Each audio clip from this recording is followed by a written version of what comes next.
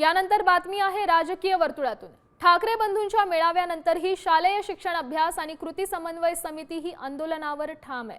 नवीन त्रिभाषा धोरणाबाबत जीआर रद्द जरी केला असला तरी सरकारच्या भूमिकेवर शंका आहे।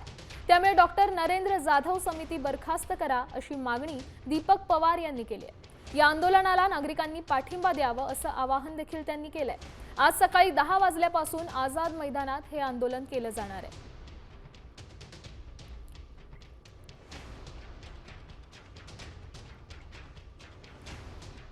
आहे तसंच आहे। राज्याच्या शैक्षणिक धोरणाची अंमलबजावणी करण्यासंदर्भात एक जीआर काढला होता।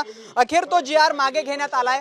ही समिती रद्द करावी, बरखास्त करावी अशी मागणी घेऊन मराठी भाषा कृती समिती या ठिकाणी आज धरणे आंदोलन करते। आपल्यासोबत दीपक पवार सर आहेत। या प्रकारचं अतिक्रमण गेली अनेक वर्ष चालू आहे, पण त्या अतिक्रमणाला सरकार मान्यता देण्याचं काम 16 एप्रिल आणि 17 जूनच्या शासन निर्णयाच्या नुसार सरकारने केलं।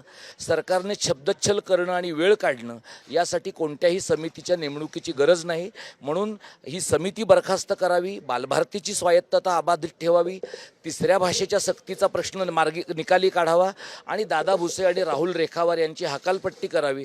या 4 मागण्यांसह एकूण 13 मागण्यांसाठी महाराष्ट्रभरातल्या 25हून अधिक संघटना आणि महाराष्ट्रातल्या राजकीय पक्षांचे कार्यकर्ते आम्ही आज दिवसभराच्या धरणे आंदोलनासाठी इथं जमलो आहोत। कॅमेरामॅन विक्रमसह भरत मोहोळकर, साम टीव्ही न्यूज, मुंबई।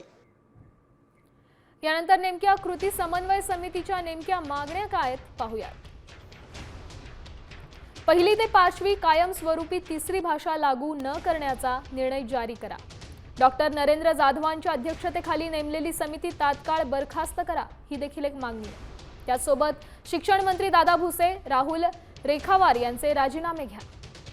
राज्य शासनाच्या वतीने साधला जाणारा संवाद हा मराठीतूनच केला जावा। सार्वजनिक व्यवहारात हिंदीच्या अतिरिक्त वापराविरोधात उपाययोजना करा। आता isakal.com आहे देशातील नंबर 1 ची मराठी न्यूज वेबसाईट। प्रत्येक अपडेटसाठी isakal.com ला नक्की भेट द्या।